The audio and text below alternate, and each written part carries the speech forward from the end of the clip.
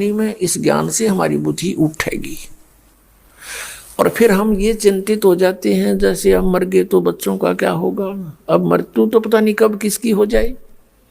तो मरते समय फिर मनमाना काल का यूं भी दाव लग जा कि आपके छोटे बच्चे हैं, कोई 20 वर्ष का, कोई 25 वर्ष का, अभी क्या होगा। तो पुण्यात्माओं कल आपको बताया था, पहले भी बताते रहते हैं कि परमात्मा ने जिस भी बच्चे की किस्मत में जो लिखा है वो अवश्य मिलेगा, चाहे माता पिता जीवो चाहे मरो, उसको वो प्राप्त होगा ही होगा। इस दास का बीटर एक्सपीरियंस है। ऐसा देखा हमारे रिश्तेदारी में, एक छोटे छोटे बच्चों का पिता मर गया और वो रो रहा था मरते समय, हाय मेरा क्या, मेरे बच्चों का क्या होगा, मेरे बच्चों का क्या। हम भी दुखी थे उस बात से, सचमुच इनका क्या होगा, जब तक इस दास को उपदेश प्राप्त नहीं हुआ था। अब वो तो होना था, हो गया, साल 6 महीने रो पीट के अपना सेट हुए और यहाँ कोई विकल्प नहीं। अब ये दास देखता है भाई जीवित थे और जो जिनका पिता मर गया था, आज वो बच्चे उनसे 21 हैं, हर्ष थी। तो इस दास को जब नाम उपदेश हुआ, ये घटना घट चुकी थी। इस तरह की बातें फिर दास को याद आई और फिर परमात्मा के चरणों में समर्पित हुए।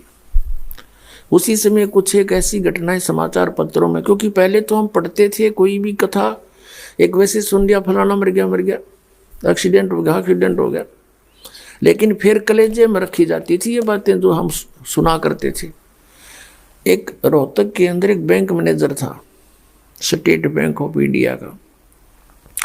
उसने बैंक लोन लेकर के कुछ अपना संपत्ति जोड़ करके 3.5 लाख रुपए की कोठी बनाई और सन 1983 की बात है।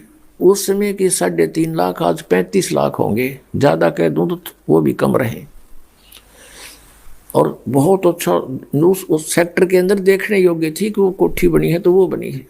उसकी मुहूर्त करनी थी, उसने सब रिश्तेदार बुला रखे, वो जंतर मंत्र करनी है, उसके मुहूर्त करनी है बुला रखे, और गुट्टी छुट्टी लानी है मित्र बुला रखे।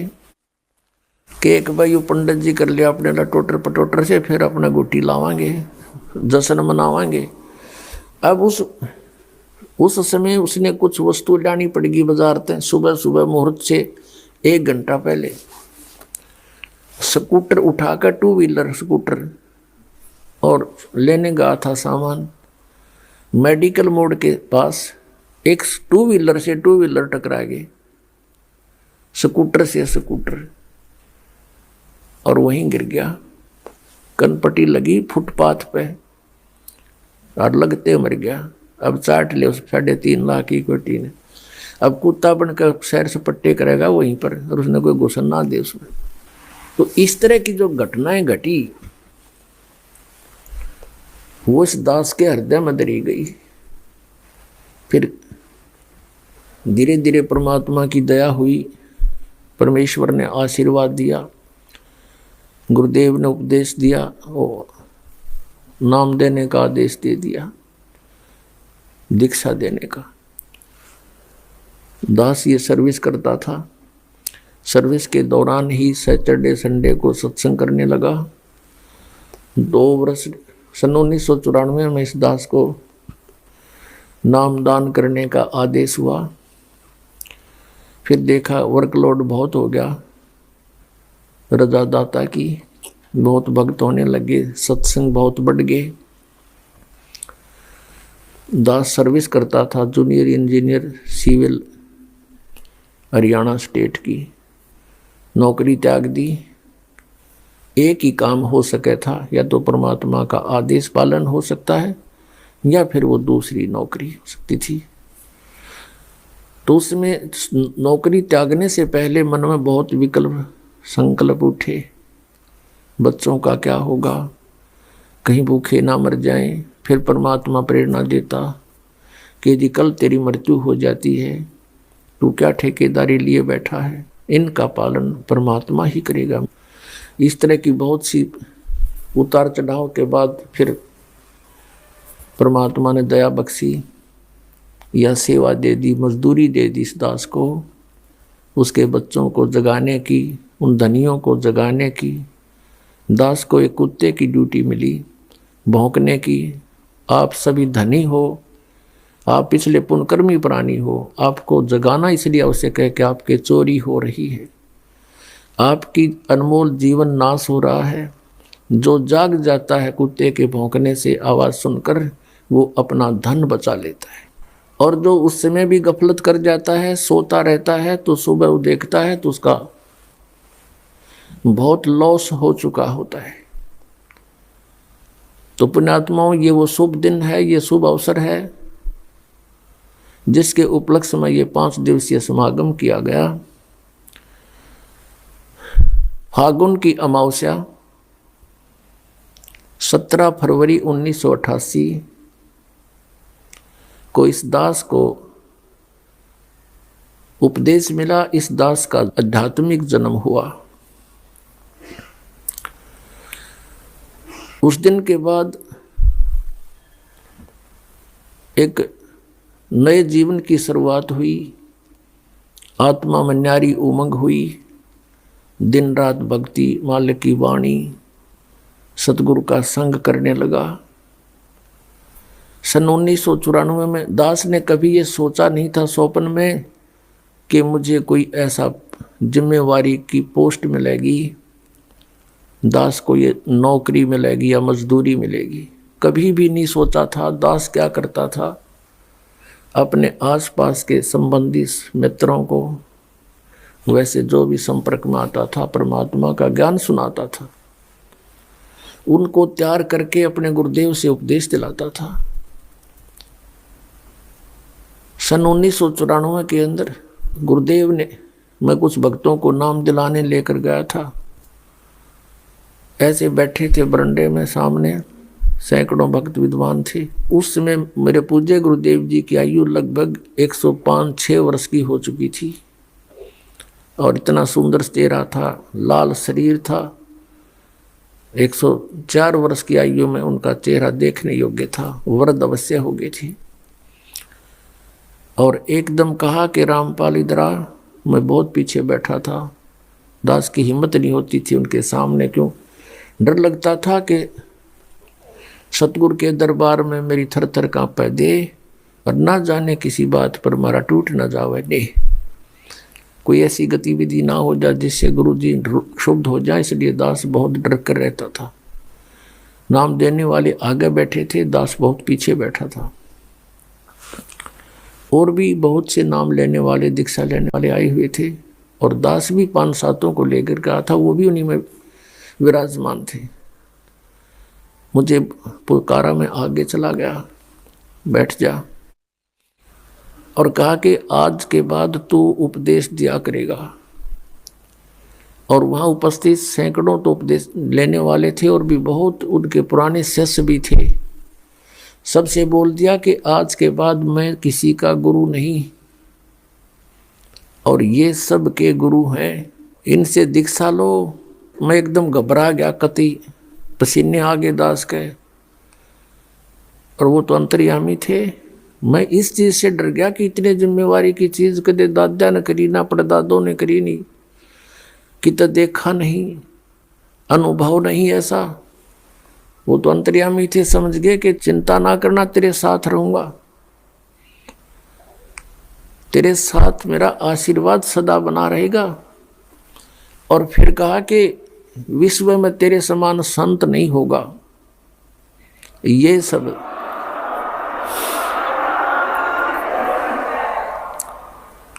अब पुण्यात्माओं, उस समय दास अपने को भगत भी पूरा नहीं मानने था, और उन्होंने इतनी बड़ा आशीर्वाद दे दिया कि तेरे समान विश्व में कोई संत नहीं होगा। तो कहते हैं गुरु मेहर करे तो काग से हंस बना दे। उन्होंने अपनी मेहर से इस दास को, कव्वे को हंस बनाया, अपने ही आशीर्वाद से संत बनाया। उस समय हमारी बाल बुद्धि थी, ये बात समझ में नहीं आई कि मेरे जैसा एक तुच्छ प्राणी और विश्व में मेरे समान कोई संत ना होगा। ये बात गले नहीं उतर रही थी, लेकिन गुरु की जो वचन है वो उसमें दोष भी दिखाई नहीं देवा था, जैसे कोई छोटा बालक होता है और उसको कोई कहता है कि बेटा वो पेन ला, वो जैसे पेन रखा होता है, ये पेन रखा हो और वो बच्चा उठा लेता है, वो पूछता है डैडी ये क्या है, पिताजी ये क्या है। पिताजी कहता है बेटा पेन है। वो कहता है कि पेन है, पेन है। और इस बात को कहते कहते उसको रख के वो और खेल लग जाता है।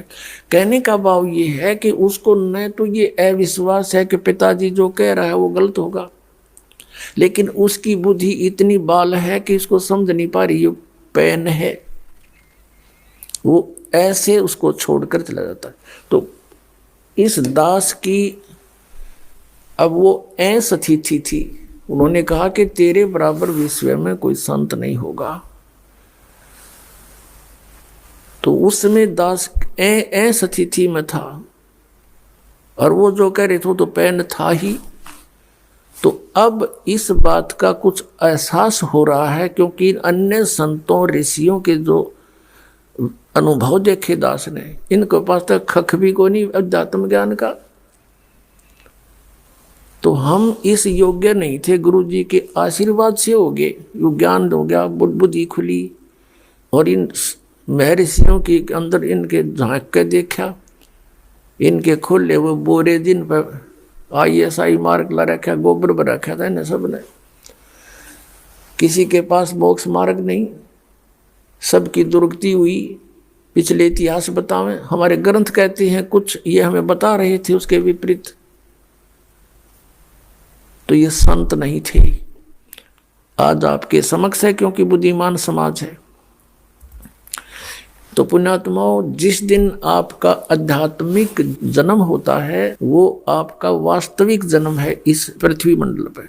शरीर के जन्म तो असंख्य हो लिए, जन्म तो वो भी है क्योंकि शरीर स्टार्ट हुआ, और अब आत्मा का जन्म समझो, आध्यात्मिक जन्म उसका उस दिन है जिस दिन सतगुरु मिल गए। जा दिन सतगुरु भेंटिया सो दिन लेखे जाने, बाकी समय व्यर्थ गया बिना गुरु के ज्ञान। कि यही समय हमारा उस दिन से लेखे लगा जीवन, जिस दिन से पूर्ण संत मिले। नकली गुरुओं से उपदेश लिया हुआ व्यर्थ है। तो पुण्यात्माओं, अब प्रसंग चल रहा है, आगे गए ना बावड़े रहते भी सब जाही, बिन साहिब की बंदगी कहीं ठोर ठिकाना नहीं। अब जैसे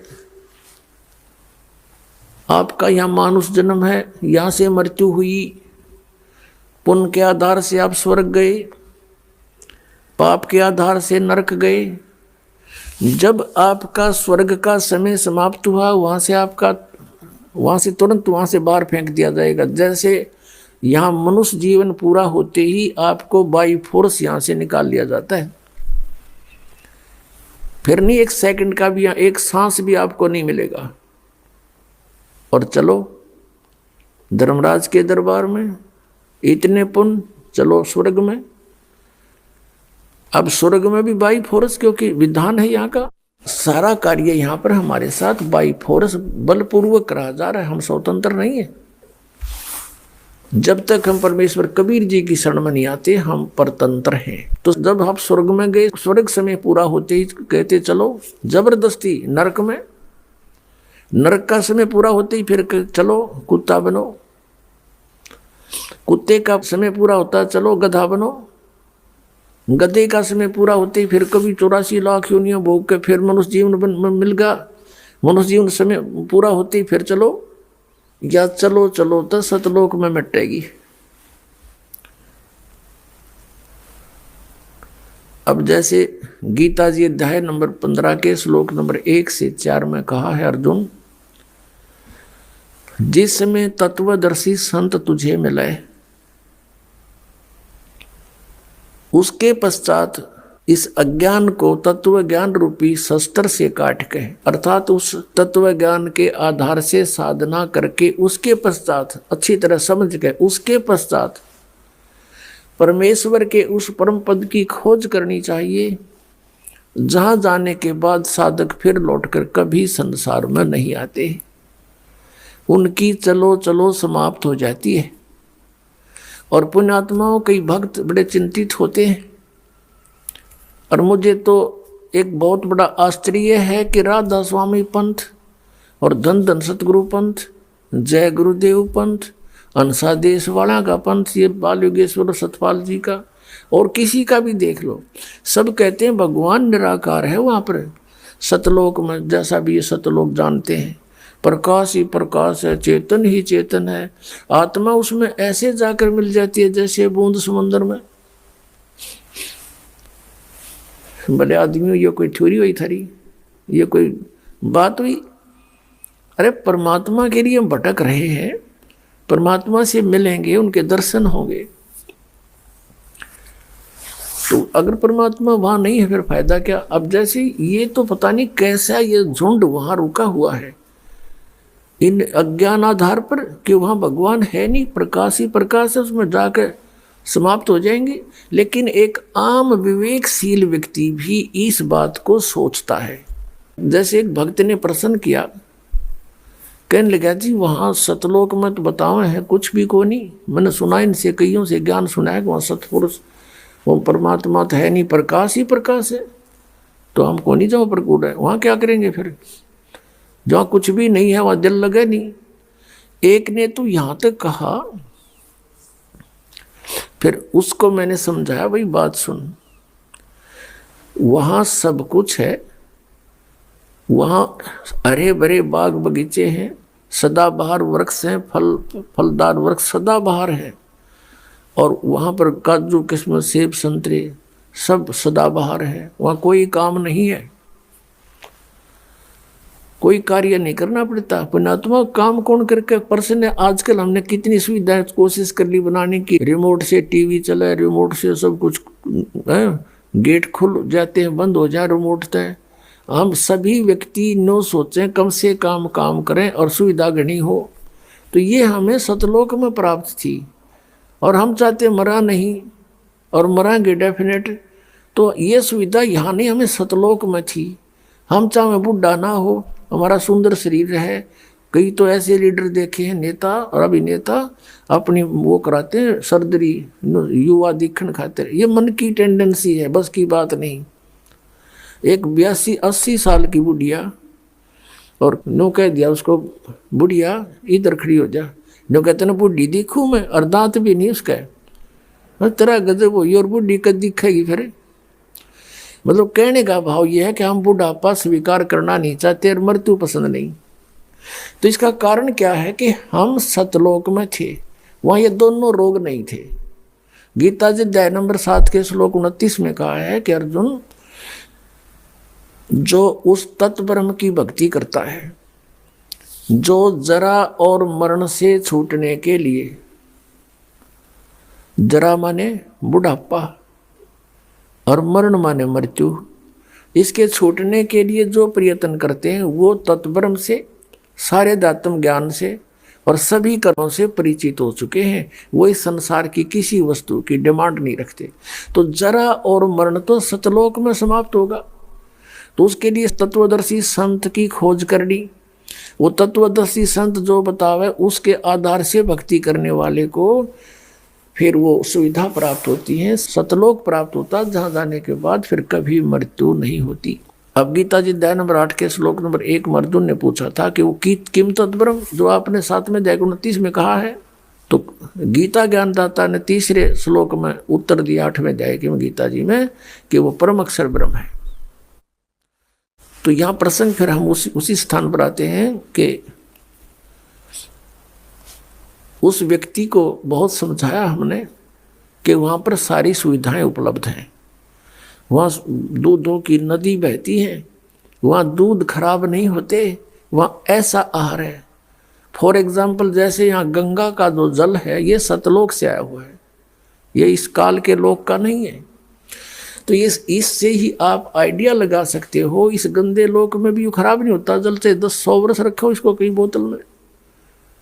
और आपको एक प्रमाण देते हैं, जो हम यहाँ एक कुंभ रखते हैं, जो पाठ करते हैं, और पाठी ठीक ढंग से इसका पाठ करते हैं स्वच्छ आत्मा से, तो वो जल उस मालिक की, उस सच्चिदानंद घन ब्रह्म की वाणी के उच्चारण से, उसमें इतनी ताकत है परमात्मा की वाणी में कि वो जल गंगा जल से भी श्रेष्ठ बन जाता है। हमारे पास सन 1995 का एक बोतल में जल रखा है, एक बहन के घर रखा था, हम सत्संग क्या करते गाँव गाँव में, नगर नगर में जाके, तो उसके पास रखा था एक बोतल में, लगभग वो 2-3 किलो की होगी। और वो कहने लगी जी हमारे पास वो मंत्र वो रखा है जल, उसका क्या करूं। ये सन 2009 में उसने दिखाया, 1994 का 15 साल का जल एज इट इज रखा है, न्यू का न्यू, उसमें कण भी नहीं किसी वस्तु खराब होने का। तो कहने का भाव ये है कि ऐसे पदार्थ हैं वहां पर, वो कभी व्यर्थ नहीं होते। नदी बहती है, दरिया बहते हैं, सरोवर भरे हैं दूध और दही सभी प्रकार की मेवा के। तो मैंने उससे कहा कि वहाँ सारी सुविधाएं हैं। तो वो कहने लगा जी मैं तो बिल्कुल नहीं मानूं, मैं आपका उपदेश नहीं लूं। भाई क्यों नहीं ले? वह कि ये ज्ञान जो आप बता रहे हो आज तक किसी ने नहीं बताया, और आपकी बात सारी सच्ची दिखे क्योंकि प्रमाणी से बताओ। लेकिन आत्मा मेरी फिर भी नहीं मानती कि वहाँ कोई होगा, क्योंकि आज तक किसी ने यह बात बताई है कोई नहीं, और बताई नहीं तो फिर भक्ति किसने करी होगी, और भक्ति नहीं करी तो वहाँ गया कौन होगा। मैं तो ना जाऊँ क्योंकि मैं हूँ धुन का पक्का, वो कह रहा था, और मैं जिस काम के लगता हूँ मैं पक्का पूरा करके छोड़ दिया करूँ, और मेरी धुन लागी तो मैं भक्ति करूँगा गणी। मुझे चिंता है कि कहीं मैं वहां पहुंच जाऊं और कोई भी ना पावे, मेरा जी ना लागे, मैं ना जाऊं कति भी। मैंने कहा भाई एक बात बता, मान ले तेरी या मृत्यु हो जा और तू कुत्ता गधा सुअर बनेगा, फिर के जी लग गया न, बोला जड़ घूमते फिरते तो दिखे जाएंगे, कोई बात ना, गधा से ही। तो हमारी इतनी टेंडेंसी, इतनी वृत्ति गिर गई कि हम इस लोक को इतना पसंद करते हैं कि यहाँ यही ठीक से चाहे कुछ भी हो जाए। इसका कारण क्या है? इसका कारण अज्ञान है, और वो स्थान अभी तक किसी को पता नहीं था। इसलिए अब ये जो मैं हैरान हूँ इस बात से कि जो राधा स्वामी पंथ वाले, धन धन सतगुरु पंथ वाले, ये जय गुरुदेव पंथ वाले बोली आत्मा, और ये मरण तैयार हो रहे कि डूब के मरांगे सारे। इनकी रुचि राचि ना है, बस वो बैठे इकट्ठे हुए, ये गारंटी देता हूं मैं। जब वहां कुछ है ही नहीं, इनकी रुचि कैसे बन सकती है? चलो वहां चलाएंगे इधर भगवान, और हम भगवान को देखेंगे, उसके दर्शन करेंगे, आत्मा खुश होगी, और उसके रोम, एक रोम को करोड़ सूर्य मिला दे, करोड़ चंद्रमा मिला दे, इतनी रोशनी है भगवान की। अब जो प्रसंग है वही आते हैं कि बिन साहिब की बंदगी कहीं ठोर ठिकाना ना। ये ठोर ठिकाना फिर सतलोक में। श्रीमद् भगवत गीता अध्याय नंबर 4 के श्लोक 32 और 34 का निष्कर्ष है। 32 में कहा कि धार्मिक यज्ञों की, यज्ञ माने धार्मिक अनुष्ठानों की जानकारी सच्चिदानंद घन ब्रह्म ने, यानी ब्रह्मणे मुखे, सच्चिदानंद घन ब्रह्म ने अपने मुख कमल से बोल के जो ज्ञान दिया है वो तत्व ज्ञान है, वो सच्चिदानंद घन ब्रह्म की वाणी है। गीता अनुवादकर्ताओं ने ब्रह्मणे मुखी का अर्थ यहाँ पर गलत कर दिया। उन्होंने वेद की वाणी लिख दी, क्योंकि ये तो विचलित थे, इनके पास वो मास्टर की नहीं थी, या सृष्टि रचना का ज्ञान था नहीं जिससे सब सदग्रंथ खुल सकते हैं, जिस कारण से इन्होंने अर्थों के अनर्थ कर डाले। श्रीमद् भगवत गीता अध्याय नंबर 7 के श्लोक नंबर 18 में अनुत्तमम शब्द का अति उत्तम कर रखा है। बता, छठी कक्षा के बच्चे ने पूछ ले, उत्तम माने श्रेष्ठ, गुड, अनुत्तम माने बैड, और ये बैड का अर्थ गुड लिख रहे हैं, बुद्धि मारी गई इनकी, क्योंकि इनको ज्ञान नहीं था। 18वें अध्याय के 66वें श्लोक में वर्ज माने जाना होता है, इन्होंने आना कर रखा है। गो माने जाना होता है, उसका कम लिख दिया, आना कर दिया। तो काहे के विद्वान थे ये? क्योंकि इनको ज्ञान नहीं था, अज्ञानी थे। अब प्रसंग चल रहा है कि चौथे अध्याय के 32वें श्लोक में कहा है कि सच्चिदानंद घन ब्रह्म की वाणी में धार्मिक अनुष्ठानों की जानकारी विस्तार से कही गई है, और वो परमात्मा ने स्वयं आकर के ज्ञान दिया अपने मुख कमल से। वो कबीर वाणी है, और कबीर वाणी को समझने वाले भी कुछ ही संत मिलेंगे, सभी नहीं है। तो चौथे अध्याय के 34वें श्लोक में कहा कि जो तत्व ज्ञान सच्चिदानंद घन ब्रह्म की वाणी में, कबीर वाणी में है, उसको वो तत्व ज्ञान है। उस तत्व ज्ञान को तू तत्वदर्शी संतों के पास जाकर समझ। विनम्र भाव से प्रार्थना करना, कपट छोड़कर बात करना, वो तत्वदर्शी संत तुझे उस परमात्म तत्व का ज्ञान कराएंगे।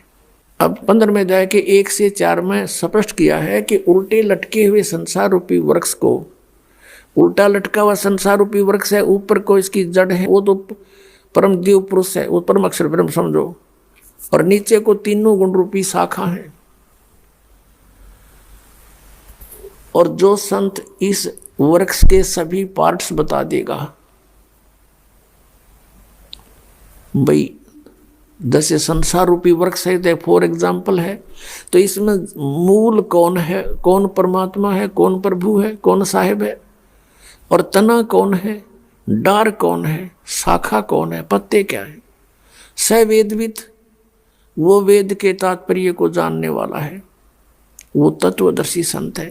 पहचान बता दी कि ऊर्ध्व मूलम अधः शाखम, ऊपर को मूल वाला, नीचे को तीनों गुण रूपी शाखा वाला, ये संसार रूपी वृक्ष है। जो इसको पत्तों सहित बता देगा, जड़ से लेकर ये कौन विभाग अलग अलग बताएगा, सवेदवित, तो वो परमेश्वर ने स्वयं आकर के अपनी सच्चिदानंद घन ब्रह्म की वाणी कबीर वाणी में बोला हुआ है। अक्षर पुरुष एक पेड़ है, निरंजन वा की डार, और तीनों देवा शाखा है, ये पात रूप संसार। ओए होए, अक्षर पुरुष एक पेड़ है, सरपुरुष वा की डार, इस तरह समझो। जैसे गीता जी को समझना तो ऐसे समझो इस वाणी को। गीता जी अध्याय नंबर 15 के 16-17 में मंत्रों में कहा है सरपुरुष अक्षर पुरुष, और 17वें में कहा कि उत्तम पुरुष तो अन्य इन दोनों से भी अलग है, वो परम अक्षर पुरुष है, जो 8वें अध्याय के 3 श्लोक में जिसका विवरण है। तो यहां परमात्मा ने बताया है कि अक्षर पुरुष एक पेड़ है, और सरपुरुष वा की डार, और तीनों देवा शाखा है, ये पात रूप संसार। अब देखिएगा एक बार से, पुण्यात्माओं, आप पहली कक्षा के बालक हो, यानी प्रवेश है आपका आज आध्यात्मिक यूनिवर्सिटी में। अब से पहले तो आपको कॉमिक्स पढ़ाई जाती थी, आपको नावल पढ़ाए जाते थे, बेतुकी बातें सुनाई जाती थी, वो अध्यात्म ज्ञान नहीं था। ये देखिएगा उल्टा लटका हुआ संसार रूपी वृक्ष। अब ये है संसार रूपी वृक्ष, और परमात्मा ने इसको कैसे डिफाइन किया है, ये ऐसे देखिएगा। सच्चिदानंद घन ब्रह्म की वाणी में क्या लिखा है। कबीर परमेश्वर ने कहा कि अक्षर पुरुष एक पेड़ है, निरंजन वा की डार, निरंजन कहो इसको, सरपुरुष कहो, अक्षर पुरुष एक पेड़ है, सरपुरुष वा की डार, और तीनों देवा शाखा है, ये पात रूप संसार। अब यहां देखिएगा, पूरे वृक्ष को देखें। ऊर्ध्व मूलम, ऊपर को मूल वाला, अधः शाखम, ये नीचे को शाखा वाला, अश्वत्थम प्राहु अव्यम, छंदासी यस्य पर्णानि। ये देखिएगा। अब ये देखें, श्रीमद् भगवद गीता पंचदश अध्याय 15वां अध्याय। ऊर्ध्व मूलम अधः शाखम अश्वत्थम प्राहु अव्यम, छंदासी यस्य पर्णानि ये तम वेद स वेदवित। अब यहाँ देखो, आदि पुरुष परमेश्वर मूल वाले, यानी ऊपर को जो जड़ है, ये जो ऊपर को जड़ है वो तो समझो आदि पुरुष परमेश्वर, वो परम अक्षर ब्रह्म है। ये परम अक्षर ब्रह्म है इस संसार रूपी वृक्ष का, यानी जहाँ से इस पूरे पेड़ को आहार प्राप्त होता है वो कौन है, वो तो आपको बाद में बताएंगे। भी तो यूँ बता दिया तो बेदक जाओगे। अभी आपको यहीं से लेकर चलते हैं। ये ऊर्ध्व मूलम, ऊपर को मूल रूपी जड़ वाला ये आदि पुरुष परमेश्वर है। अधः शाखम, और नीचे को शाखा है। अब गीता ज्ञानदाता ने केवल हिंट दिए हैं ऊर्ध्व मूलम, इस गीता जी में ओनली ऊर्ध्व मूलम अधः शाखम, बस, और कोई संकेत नहीं इसने। और ये अश्वत्थम प्राहु अवयम, ये उल्टा लटका हुआ संसार रूपी वृक्ष अविनाशी वृक्ष है। छंदासी यस्य प्रणानी, छंद यानी इसके विभाग और पत्ते आदि इसके छंद हैं, विभाग हैं। और ये तम वेद, या इस अज्ञान रूप में अंधकार में छुपे हुए इस ज्ञान को जो जानता है, स वेदविद, वह वेद के तात्पर्य को जानने वाला। यहाँ देखिएगा, आदि पुरुष परमेश्वर मूल वाले, यानी ऊपर को जड़ तो आदि पुरुष परमेश्वर परम अक्षर ब्रह्म सत्य पुरुष है। अधः शाखम, यह इन्होंने अधः का अर्थ गलत कर दिया, क्योंकि इनको ज्ञान तो था ही नहीं। अधः का अर्थ कर दिया ब्रह्मा रूप मुख्य शाखा वाले, गलत कर दिया। अब इन देखिएगा, इन्हीं का अनुवाद ये दूसरे श्लोक में ये दो बार अधः शब्द है, अधः और अधः, इसका अनुवाद यहाँ किया इन्होंने। अधः माने नीचे, अधः माने नीचे और अधः माने नीचे। तो यहाँ इब हम परमात्मा के दिए इस ज्ञान से, बुद्धि से हम इसको ठीक करेंगे। ये प्रथम मंत्र में जो अनुवाद गलत कर दिया, यहाँ पर ऊर्ध्व मूलम, ऊपर को आदि पुरुष परमेश्वर मूल वाले, ये तो ठीक संकेत कर दिया अनुवादकर्ता ने। और यहाँ कर दिया अधः शाखम, ब्रह्मारूप मुख्य शाखा, इनकी बुद्धि ब्रह्मा विष्णु महेश से ऊपर उठी है कोनी। तो यहाँ लिखना था नीचे को शाखा वाला। संसार रूपी वृक्ष को अविनाशी कहते हैं। वेद जिसके, इन छंद का अर्थ वेद कर दिया, वेद जिसके पत्ते कहे गए। अभी सुनते जाओ, उस संसार रूप वृक्ष को जो मूल सहित तत्व से जानता है, यानी जड़ से लेकर के सब पत्तों तक जानता है, स वेदवित, वह वेद के तात्पर्य को जानने वाला है, अर्थात वो तत्वदर्शी संत है। इसका ये अर्थ है। फिर क्या लिखा है कि ये उस संसार वृक्ष की तीनों गुण रूप, ये कोड वर्ड है। ये तत्वदर्शी संत बिना परमात्मा की दया बिना नहीं समझ में आ सकते। रजगुण ब्रह्मा, सतगुण विष्णु, तमगुण शिवजी रूपी ये इसकी शाखा है।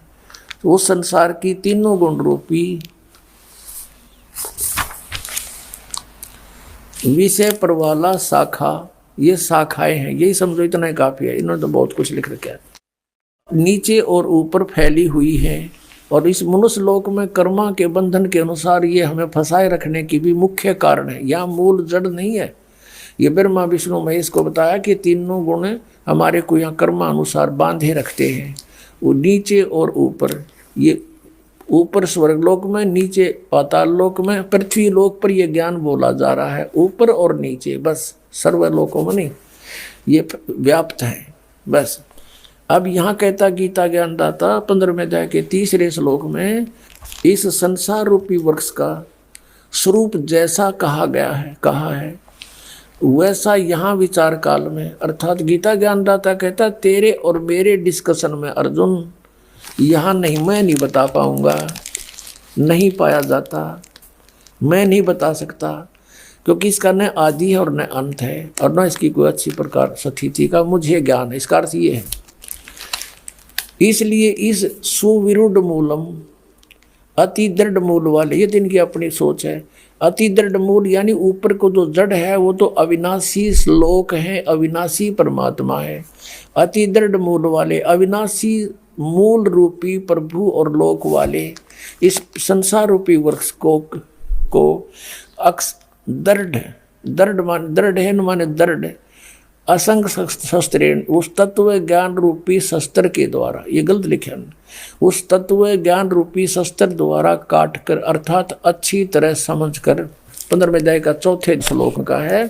उसके पश्चात उस परम पद रूप परमेश्वर की भली भांति खोज करनी चाहिए, जिसमें गए हुए पुरुष यानी साधक फिर लौटकर संसार में कभी नहीं आते, और जिस परमेश्वर से पुरातन संसार रूपी वृक्ष की प्रवृत्ति विस्तार को प्राप्त हुई है, यानी जिस परमात्मा ने संसार रूपी वृक्ष की रचना की है, सारे ब्रह्मांडों की रचना की है, और उसी आदि पुरुष नारायण की मैं शरण हूँ। गीता ज्ञानदाता कह रहा है कि इस प्रकार दृढ़ निश्चय करके उस परमेश्वर का मनन और निधि ध्यान करना चाहिए। अपना भी नहीं बता रहा यहाँ पर, क्योंकि यह चलो चलो मिटाने के लिए उससे की भक्ति करनी पड़ेगी। अपने आत्मा परमेश्वर कबीर देव जी वो सच्चिदानंद घन ब्रह्म है, वो सबके मूल हैं, इस संसार रूपी वृक्ष के मूल हैं, वहीं से सबकी उत्पत्ति हुई है। उन्होंने अपने वचन से सब ब्रह्मांडों को, प्रकृति को, जीव को, सबकी रचना की है। तीनों गुण 5 तत्व परमात्मा ने ही अपने वचन से उत्पन्न करके इस ज्योति निरंजन सर पुरुष को दिए थे। अब परमात्मा ने बताया कि अक्षर पुरुष एक पेड़ है, सर पुरुष हुआ की डार, और तीनों देवा शाखा हैं, ये पात रूप संसार। अब स्पष्ट हुआ 4 अध्याय का 32 और 34 के अंदर 2 विवरण है। अब स्पष्ट होगा कि सच्चिदानंद घन ब्रह्म ने स्वयं आकर के अपने मुख कमल से वो तत्व ज्ञान बोला है, और वो सच्चिदानंद घन ब्रह्म की वाणी में जो लिखा है वो तत्व ज्ञान है। यानी वाणी माने मुख से बोलकर, मुखे लिखा उसमें, यह भी सारी जो ना शंका मिटा दी कि ब्रह्मणे मुखे, सच्चिदानंद घन ब्रह्म के मुख से उच्चारित वाणी में, उसके मुख कमल से बोले हुए वचनों में जो तत्व ज्ञान है उसमें विस्तार से लिखा गया है, और उसको तत्वदर्शी समझ सके। इस दास के अतिरिक्त आज तक इन सदग्रंथों को कोई समझ सका हो तो बता दो इस दास को।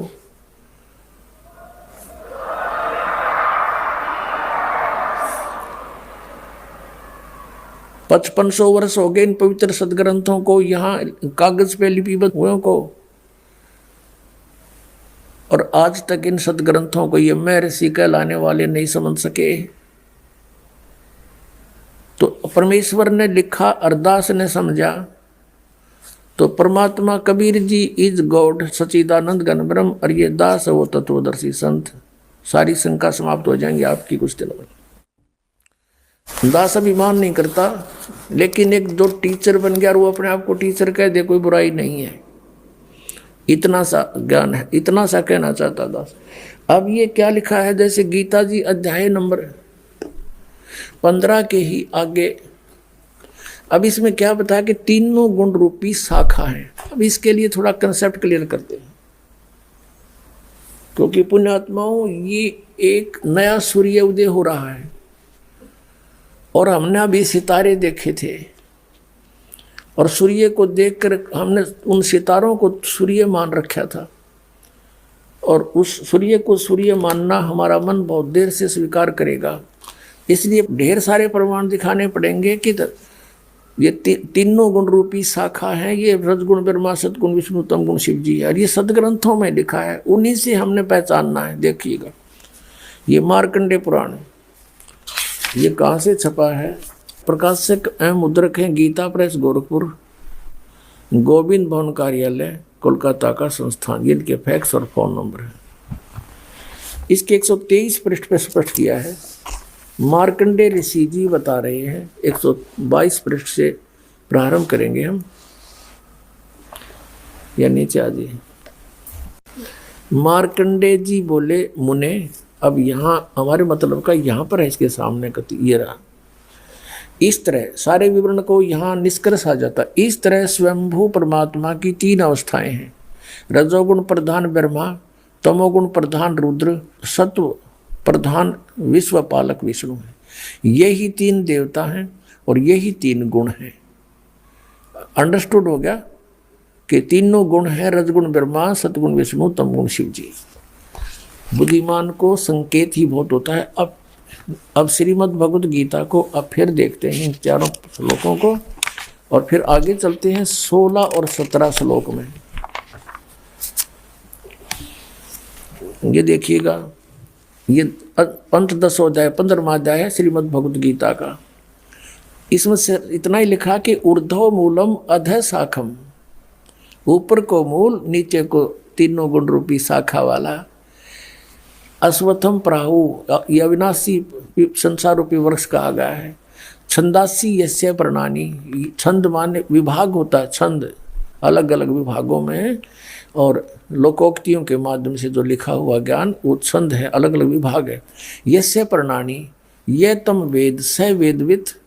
गीता ज्ञान दाता ने सिर्फ 2 शब्द बोले हैं संसार रूपी वृक्ष के, ऊपर को मूल और नीचे को शाखा, शाखा वाला। और इसमें क्या लिखा है, आदि पुरुष परमेश्वर मूल वाले, यानी जड़ तो आदि पुरुष परमेश्वर है। यहाँ अनुवाद गलत किया है, अधः शाखम नीचे को शाखा वाला, और तीनों गुण शाखा कहाँ है, ये दूसरे में। उस संसार वृक्ष की तीनों गुण रूप, और ये देखो शाखाएं, ये शाखाएं, ये शाखाएं हैं, तीनों गुण रूप शाखाएं हैं। रजगुण ब्रह्मा सदगुण विष्णु तमगुण शिव जी, ये तत्वदर्शी संत के लिए ऑप्शन छोड़ रखा है इसने, वो दास आपको क्लियर कर ही रहा है। तो इसने तीनों गुण भी लिखा है, तीनों गुण रूपी शाखा है। ऊपर को जड़ जो है अविनाशी परमात्मा वो दृढ़ है, बस इससे ज़्यादा कहता मैं नहीं जानता। और इसमें स्पष्ट किया है कि उस संसार रूपी पीपल के वृक्ष को अविनाशी कहते हैं, वेद जिसके पत्ते कहे गए हैं। और उस संसार वृक्ष रूप वृक्ष को जो व्यक्ति, जो पुरुष मूल सहित तत्व से जानता है, स वेदवित, वह वेद के तात्पर्य को जानने वाला है, अर्थात वो तत्वदर्शी संत है। ये पहचान भी बता दी। चौथे अध्याय के 32 और 34 का यहाँ कंसेप्ट क्लियर कर दिया। अब दूसरे में 15वें अध्याय के दूसरे में उस संसार वृक्ष की तीनों गुण रूप, रजगुण ब्रह्मा सदगुण विष्णु तमगुण शिव जी रूप शाखाएं, विषय पर वाला यानी विकारों वाली शाखाएं हैं।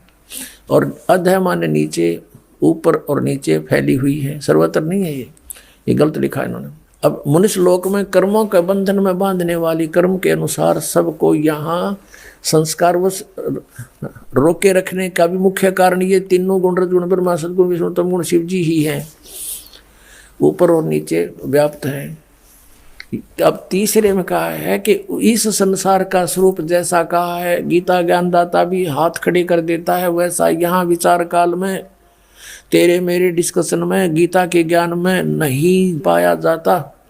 मैं नहीं बता पाऊंगा, क्योंकि न इसका आदि है और न इसका अंत है, तथा इसकी अच्छी प्रकार स्थिति नहीं है, न ही इसकी अच्छी प्रकार स्थिति। ये कदम मैं नहीं जानता इसको, इसलिए उसके लिए तो वो कठिन है।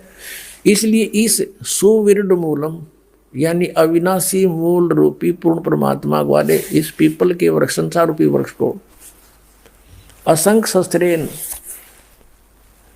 दृढ़ेन, असंख्य शस्त्रेन, दृढ़ माने बिल्कुल जिसमें कोई मीन मेख नहीं, ऐसा वो ज्ञान है तत्व ज्ञान। और तत्व ज्ञान रूपी शस्त्र द्वारा काटकर इन्होंने वैराग्य रूप शस्त्र लिखे। इतना ही ज्ञान था इसका, इन अर्थों का कहीं ये कोड वर्ड है इनका, जिसकी बुद्धि है वहीं सेट कर लेते हैं। ये तत्व ज्ञान रूपी शस्त्र द्वारा काटकर, अर्थात उससे समझकर। अब ये चौथा 15वें अध्याय का चौथा, उसके पश्चात परम पद रूप परमेश्वर को भली भांति, उस परम पद परमेश्वर को भली भांति खोजना चाहिए, जिसमें गए हुए पुरुष फिर लौटकर कभी संसार में नहीं आते, उनकी चलो चलो समाप्त हो जाती है। जिस परमेश्वर से पुरातन संसार वृक्ष की प्रवृत्ति विस्तार को प्राप्त हुई है, जिस परमात्मा ने सारे ब्रह्मांडों की रचना की है, उसी आदि पुरुष नारायण के मैं शरण हूँ। गीता ज्ञानदाता कहता है कि मैं भी उसी की शरण हूँ, मेरा भी वही पूज्य देव है। और आप जी भी इसी प्रकार दृढ़ निश्चय करके उस परमेश्वर की, तत्ब्रह्म की, उस परम अक्षर ब्रह्म की मनन और निधिध्यासन करना चाहिए, उसी की पूजा करनी चाहिए। ये गीता ज्ञानदाता भी फाइनल कर रहा है। अब पुण्यात्माओं, हम एक बच्चे को पढ़ाते हैं, बेटे या बेटी को, उसको बीए, एमए या अन्य कोई ट्रेनिंग करवाते हैं, लगभग वो 17-18 वर्ष तक पढ़ता है और फिर 5-6 वर्ष का वो शिक्षा ग्रहण भी करने लगता है, तो 24-25 वर्ष तक हम बच्चे को फ्री छोड़ देते हैं। किस लिए? कि ये शिक्षा ग्रहण करे और अपनी 2 रोटी का साधन बना सके, नथिंग एल्स।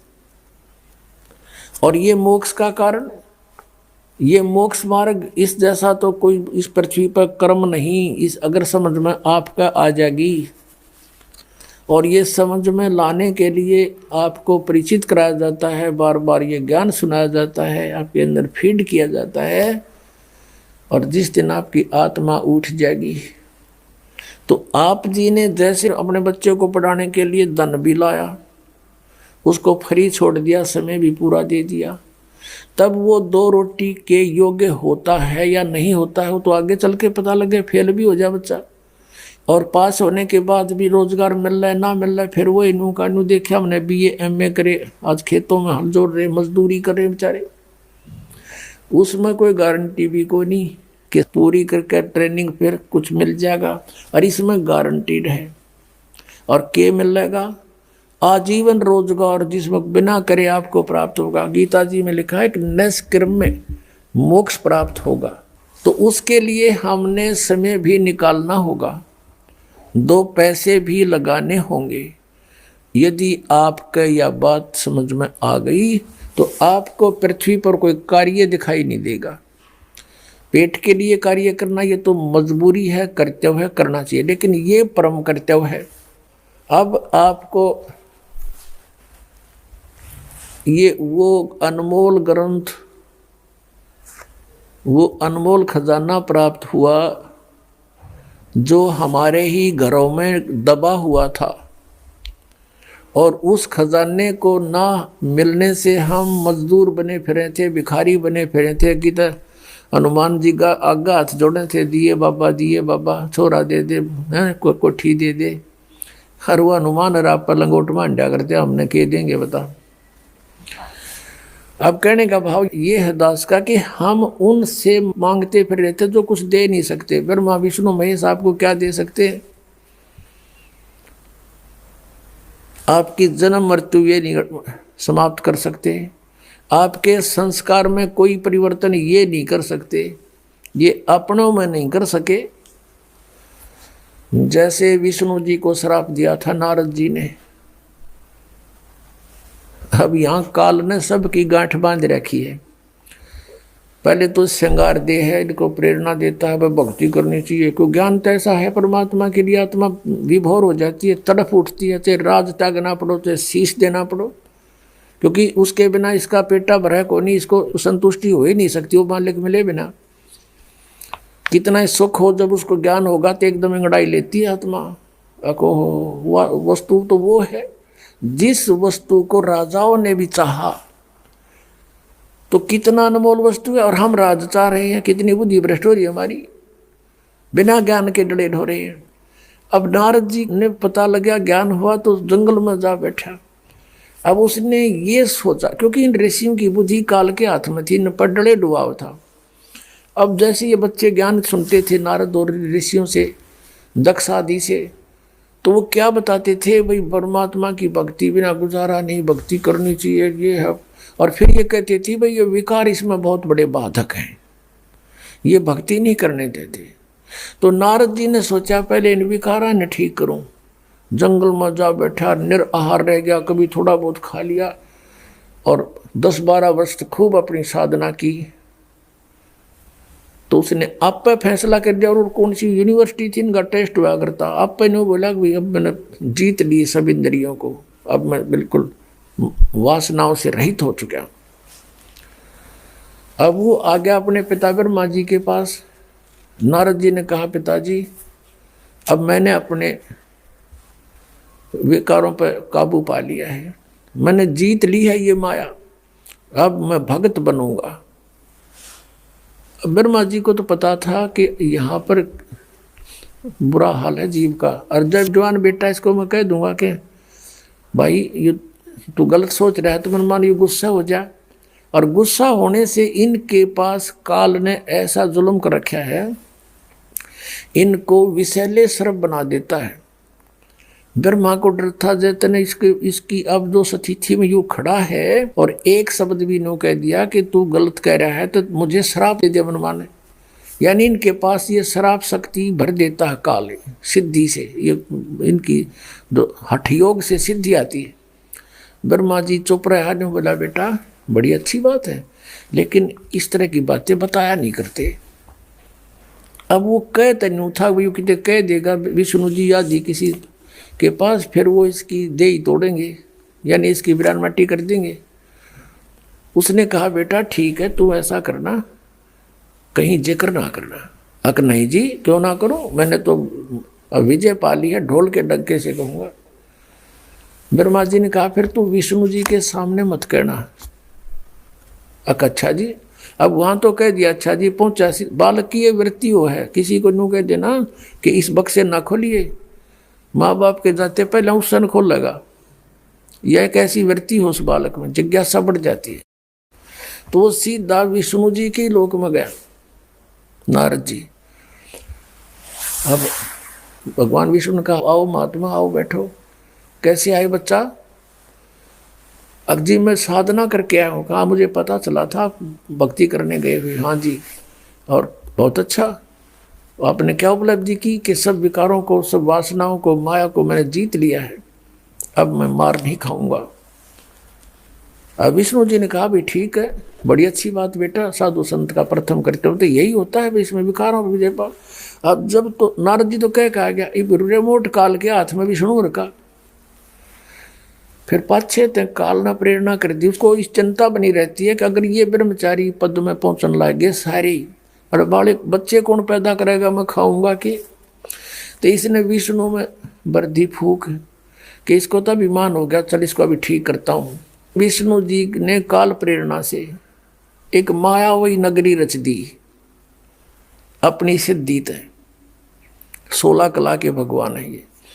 और वहां पर एक राजा का स्वयंवर रच दिया, राजा की लड़की का स्वयंवर। दूर दूर से देश के नौजवान बच्चे आए हुए थे शादी करने के लिए। स्वयंवर का अर्थ होता था कि लड़की स्वयं अपना पति चुना करती थी अपने पसंद का, माँ बाप के सिर से उलाना उठ जाता था कि ऐसा ढूंढा, वो खत्म हो जाती थी इस तरह की समस्या। अब नारद जी उसी नगरी से गुजरा, अरबिया के गीत बहुत बुंडे हो हैं, आम आदमी में प्रेरणा हो जाए। सारे श्रृंगार कर औरतें गाने गा रही हैं, बहुत सुंदर नगर सजा रखा है। नारद जी ने पूछा भी क्या हो रहा है? वहां बताया नागरिकों ने कि भाई यहाँ एक राजा की लड़की बहुत सुंदर है, अप्सरा आई है समझो ऐसी है, और उसका विवाह हो रहा है। अब नारद जी का भी उठी अंगड़ाई, उसने सोचा रहे ब्याह भी करवा के देख लिया कि बूढ़ी बात से पिताजी ने करवा रखा, चाचा जी ने करवा रखा, छोटे चाचा जी ने करवा रखा, क्या फर्क पड़े है? पिताजी ब्रह्मा जी, चाचा इसका विष्णु जी, छोटा चाचा शंकर जी, सारे विवाह कराए बैठे। तो इस प्रेरणा से वो भूल भाल गया अपने उद्देश्य ने। फिर उसने सोचा यह लड़की मुझे पसंद कैसे करेगी, इतना लंबा चोटा कचकोल का डा रखा,